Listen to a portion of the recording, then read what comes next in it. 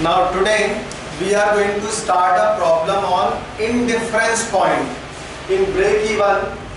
तो break even point भी calculate करेंगे आज, और आज कॉस्ट अकाउंटिंग का एक और इम्पॉर्टेंट कंसेप्ट इंडिफरेंस पॉइंट सीखेंगे आप, कि जब भी कभी दो मशीन्स आपके पास होंगी तो दोनों मशीन्स किस लेवल ऑफ आउटपुट पर इक्वली प्रॉफिटेबल होंगी और उनकी कॉस्ट किस पॉइंट पर इक्वल आएंगी, ये पता लगता है हमें इंडिफरेंस पॉइंट से।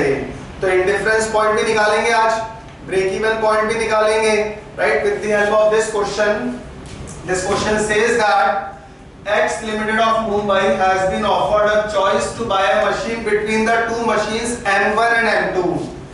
हमारे पास M1 और M2 नाम की दो मशीन है और आपको इन दोनों में से कोई एक बेटर ऑप्शन को सेलेक्ट करना है, और क्या कैलकुलेट करना है? You are required to calculate break even point for each machine.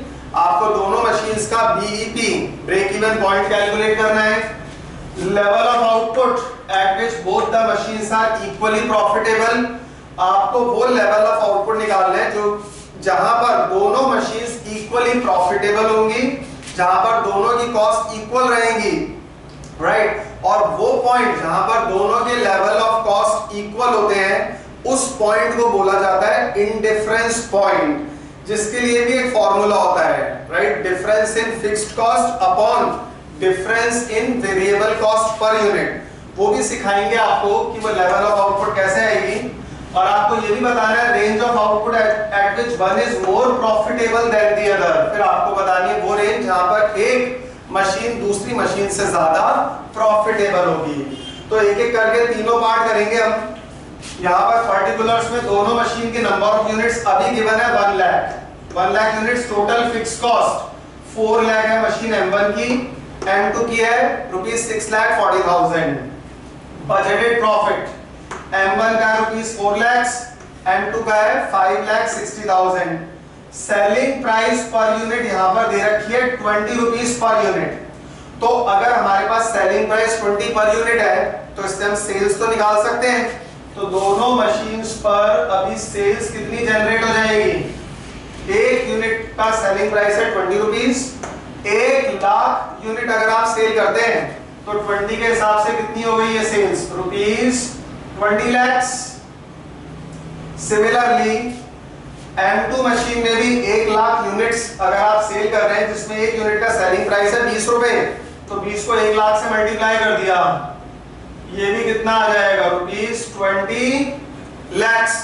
Sales दोनों की 20 लाख आ गई क्योंकि सेलिंग प्राइस दोनों की सेम है और यूनिट्स दोनों की सेम है। दोनों के पास 1-1 लाख यूनिट्स की सेल हो रही है और एक्सपेक्टेड सेल्स है दोनों की 1-1 लाख यूनिट। एक यूनिट का सेलिंग प्राइस है ₹20। 20 को मल्टीप्लाई किया, हमारे पास दोनों की सेल्स आ गई, और इससे हम वेरिएबल कॉस्ट भी निकाल सकते हैं। टोटल वेरिएबल कॉस्ट, और ये टोटल वेरिएबल कॉस्ट कैसे आ जाएंगी?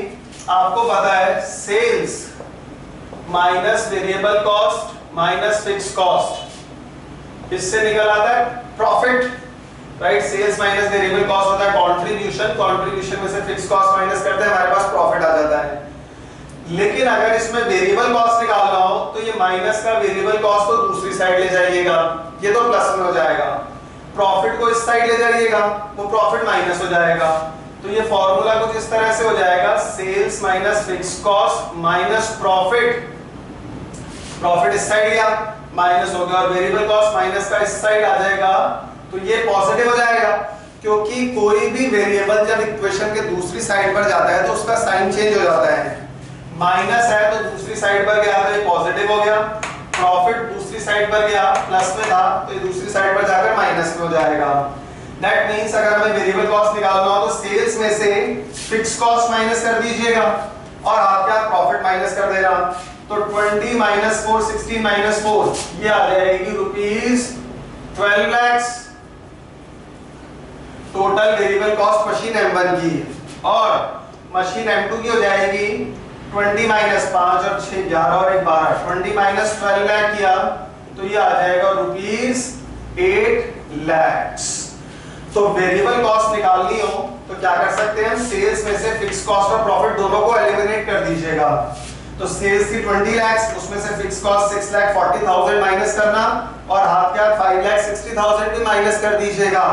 जो अमाउंट रह जाएगा वो हो जाएगा आपका वेरिएबल कॉस्ट। और इससे हम वेरिएबल कॉस्ट पर यूनिट भी कैलकुलेट कर सकते हैं हम, राइट। सेलिंग प्राइस याद रखिएगा, selling price is ₹20 per unit. तो ये हटाकर हम एक बार वेरिएबल कॉस्ट पर यूनिट भी जनरेट कर देते हैं।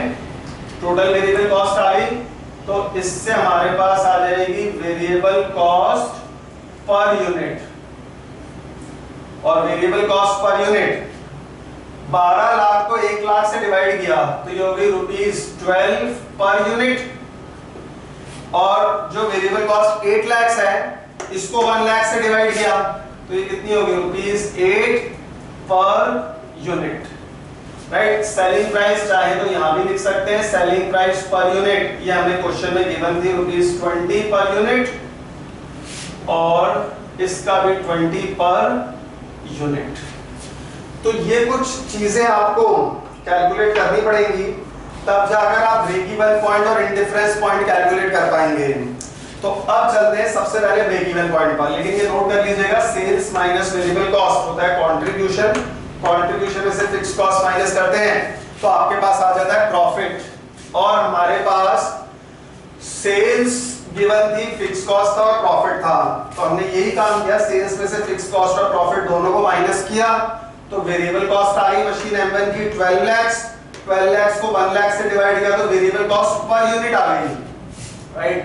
वेरिएबल कॉस्ट पर यूनिट, और हमने यहां पर भी 20 लाख में से 6,40,000 और 5,60,000 5,60,000 दोनों को माइनस किया तो हमारे पास टोटल वेरिएबल कॉस्ट आ गई 8 लाख, उसको 1 लाख से डिवाइड किया तो ये आ गई 8 पर यूनिट। क्योंकि वेरिएबल कॉस्ट आएगी तब हम निकाल पाएंगे हमारा ब्रेक इवन पॉइंट। और अब चलते हैं कैलकुलेशंस पर। So our first task is to calculate first part BEP, break even point. इसके लिए फॉर्मूला ध्यान रखना है, जो भी हमारी टोटल फिक्स्ड कॉस्ट्स हैं, right, whatever the total fixed costs are, उनको डिवाइड कर दीजिएगा कंट्रीब्यूशन पर यूनिट से। ये फॉर्मूला याद रखना है आपको ब्रेक इवन पॉइंट का। और कंट्रीब्यूशन पर यूनिट कैसे आता है, where contribution per unit is selling price per unit minus variable cost per unit, right? So now we are going to calculate break even point for machine M1. Machine M1 का total fix cost है 4 लाख, तो numerator में तो आ जाएगा 4 lakh upon contribution per unit. उसके लिए क्या formula लगेगा, selling price per unit minus variable cost per unit. Machine M1 की बात हो रही है, इसका सेलिंग प्राइस पर यूनिट था 20, वेरिएबल कॉस्ट हमने कैलकुलेट किया था वो आया था 12, तो 4 लाख अपॉन 20 माइनस 12 होता है 8। So now you can use your calculators, 4 lakh divided by 8, ये आ जाएगा 50,000 यूनिट्स। तो your 50,000 units will be the break even point for machine M1। और अब हम break even point machine M2 का भी इसी फॉर्मूले से सॉल्व करके निकाल लेंगे। Total fix cost machine M2 की टोटल फिक्स कॉस्ट है 6,40,000 अपॉन कंट्रीब्यूशन पर यूनिट।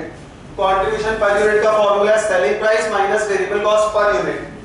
तो मशीन M2 के लिए सेलिंग प्राइस तो 20 है minus variable cost per unit कितनी है 8, ये हमने सॉल्व किया था अभी, तो वेरिएबल कॉस्ट पर यूनिट आई थी 8। तो अब 6,40,000 को डिवाइड कर दीजिएगा, 20 माइनस 8 होता है 12, तो ये आ जाएगा 53,333.33 यूनिट्स, राइट। तो 0.33 अगर स्ट्राइक ऑफ भी किया तो our break even point will be 53,333 units. This is going to be the break even point for machine M2, right, note कर लीजिएगा ब्रेक इवन पॉइंट का कैलकुलेशन। फिर आपको सेकंड पार्ट सॉल्व करवाते हैं जिसमें आपको कैलकुलेट करना है level of output at which both the machines are equally profitable.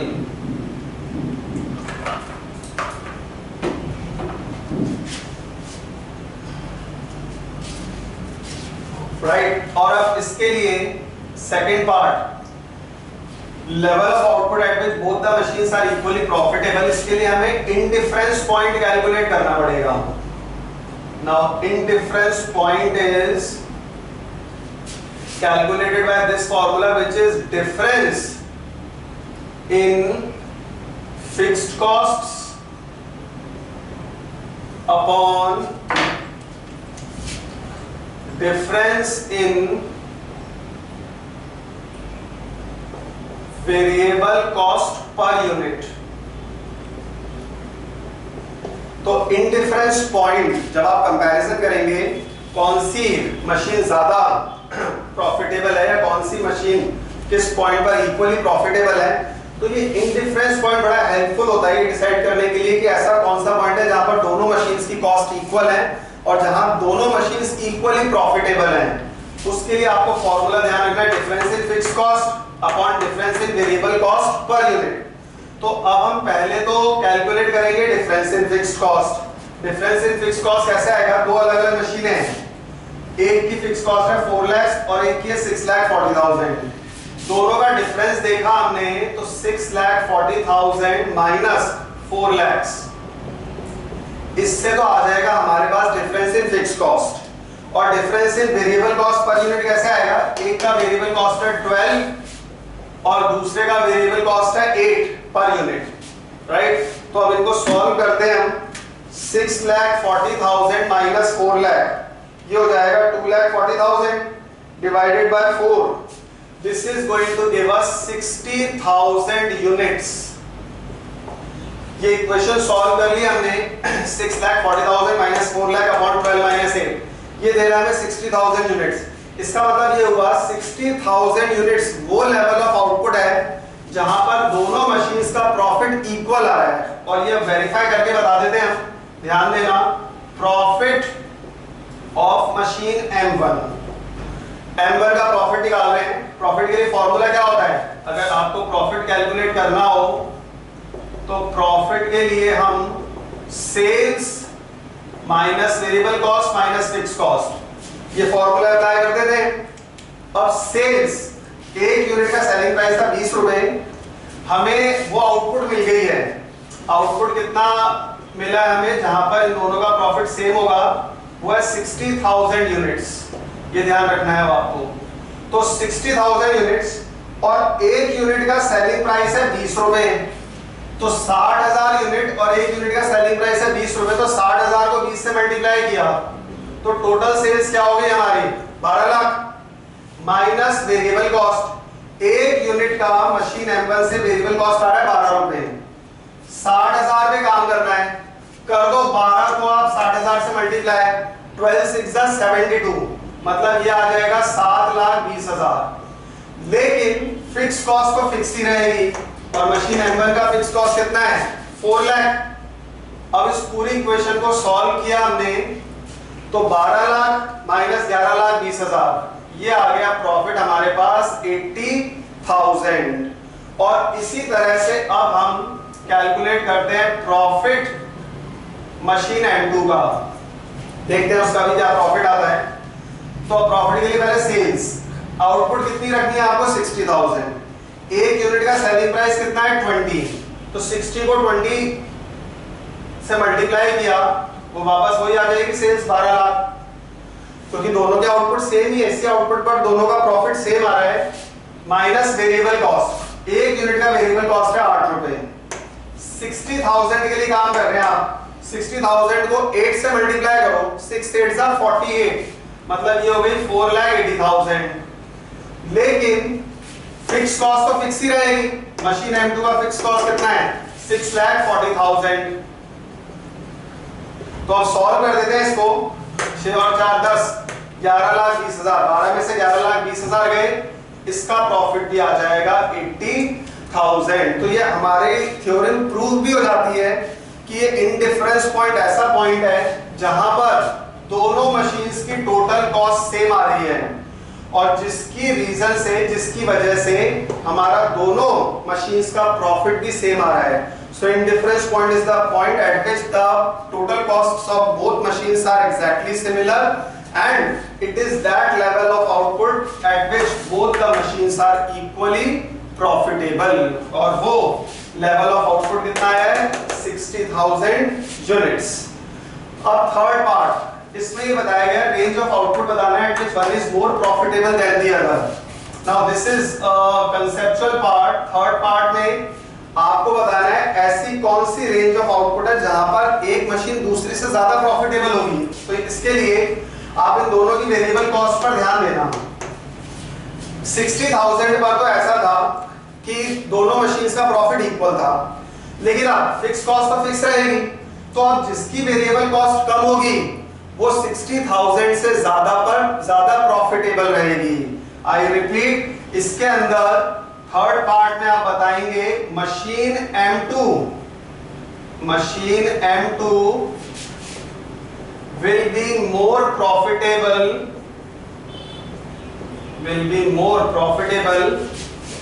when the output is greater than 60,000 units। और क्यों ये ज्यादा प्रॉफिटेबल है? क्योंकि जिसका वेरिएबल कॉस्ट कम होता है, अब वेरिएबल कॉस्ट कम है, फिक्स कॉस्ट तो फिक्स ही रहेगी, लेकिन अब इसका वेरिएबल कॉस्ट मशीन M1 का था 12 और M2 का था 8 रुपए। तो जैसे जैसे आपका प्रोडक्शन बढ़ता जाएगा, इस मशीन की वेरिएबल कॉस्ट तो है कम, जब कम रहेगी तो इसकी कॉस्ट कम होती चली जाएंगी, जिस रीजन से प्रॉफिट बढ़ता चला जाएगा।